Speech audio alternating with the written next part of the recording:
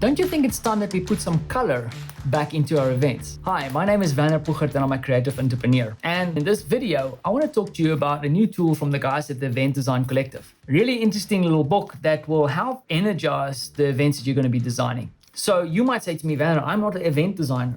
Now, as a rule of thumb, if you're putting together any gathering where you bring a group of people together, where there is at least 2 or more stakeholders involved, guess what? You're an event designer. Cool, let's get going.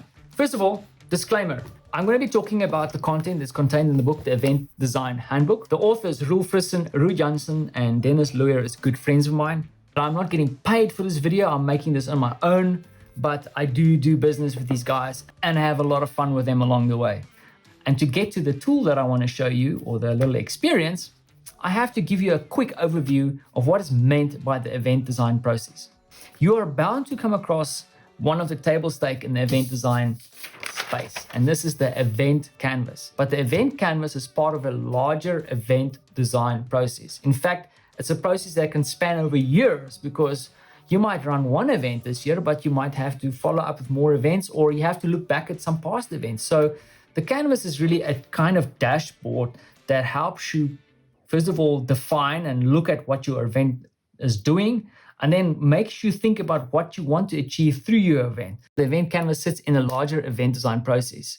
Let me run you through that process quickly, just a quick overview. You have to have more than 2 stakeholders. You need to find them and prioritize them, because some events, there's tons of them. So who are you creating this event for? The second part, you deep dive their pre-event status. Like, what is their behavior before the event? Then, in the third step, you look at what behavior change your event wants to create. What is your intent with your event? And then finally, you bring all this information together in the event canvas. Now, you'll notice that we haven't done any real designing yet. This is really building a dashboard and gaining insight and an understanding of the context of your event. Now, what is important, and this is where this tool is going to start playing a role, you have your behavior change, your change part. So over here, I'm going to highlight on the canvas, you have change, entry behavior, exit behavior. The second part is framing your event. So that sits over here in the event canvas. And then finally, you have the design and prototype part of the event. This is where the latest tool becomes really useful. The center of the canvas is really the prototyping piece, the piece where you start designing your event. And that consists of 2 elements. And you can actually argue that they are 2 sides of the same coin. On one side, you have the experiential journey. And on the other side, you have the instructional design. And it's really in this hourglass that everything comes together and you're able to build your event and build an experience that will move people from where they are to where you want them to be. That behavior change that I keep on mentioning all the time. Now, where does this little interesting experience come into play? The Drawing Out Change book and pen helps you understand this part of the event design process in detail. Now, let me crack this open and show you what's inside. Great, so I'm going to show you one that I've already started filling out. So the basic idea of this book is that it's empty. Empty. It's got no color in it. It's black and white.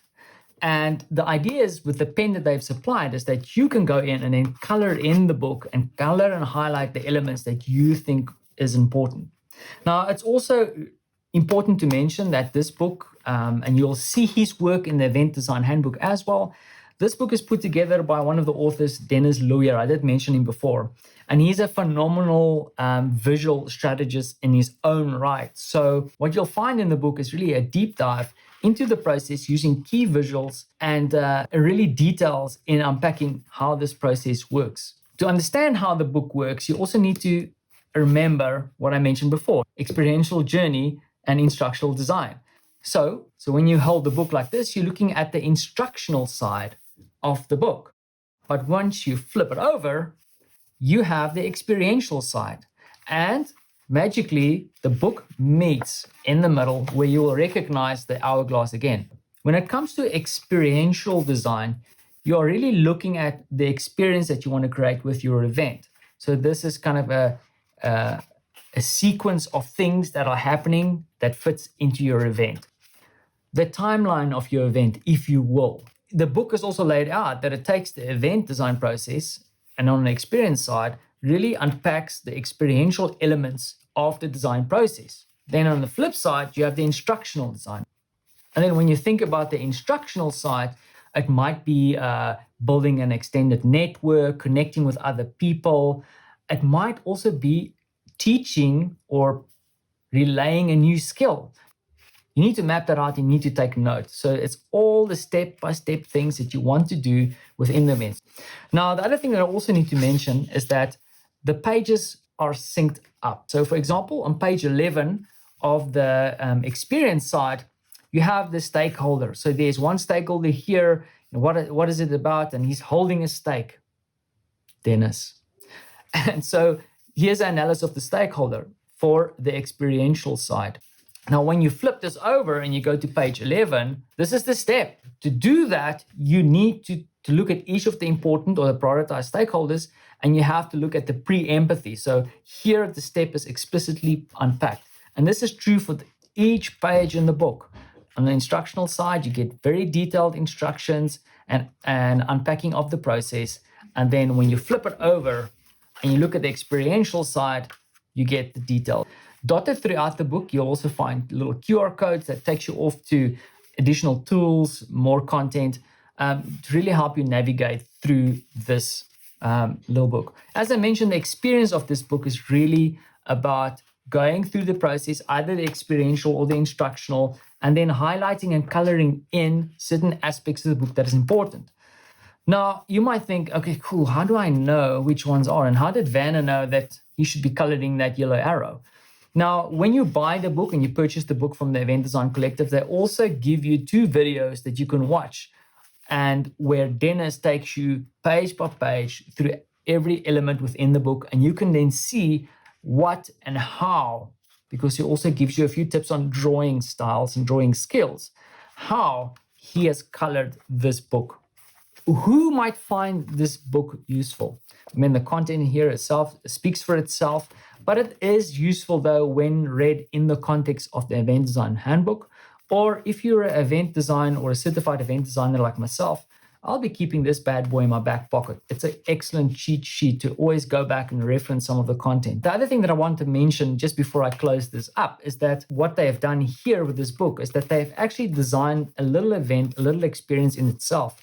Because the truth to be told is that this booklet is an instructional element. It gives you knowledge, but then also sitting and coloring in and doing some activity with a bunch of friends, because I did this with some friends and Dennis, as we went through this to color this in, is an experience in itself. So they have created an event by creating an instructional booklet about events. And I think that is an interesting concept, and something that I take away from what they've done here is that we all need to really put some color back in our events, especially now that we are stuck in this little screen, this little virtual world. You have noticed that I did not open the new one that I have. I took out my old one that I've already started coloring in. The reason for that is that I want to give to one of my lucky viewers this nicely sealed Drawing Art Change pen and book as a form of gratitude, but then also I'm excited to share this with you. So what do you have to do to enter or to get in consideration for this?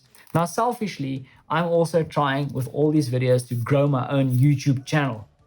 And I would really love and appreciate if you head over to YouTube. Under my name, you'll find my videos there. Hit the subscribe button, leave a comment, and anybody who comments on this video on YouTube will be entered in a lucky draw. And I'll be sending you this nice, safe, freshly wrapped Drawing Art Change book for one lucky viewer. I don't have a million of them. One lucky viewer will get this. And yes, hopefully that is exciting. And with all that said, I want to thank my friends at the Event Design Collective for sending me this across. And I want to thank you for watching this. And as always, I will catch you in the comments.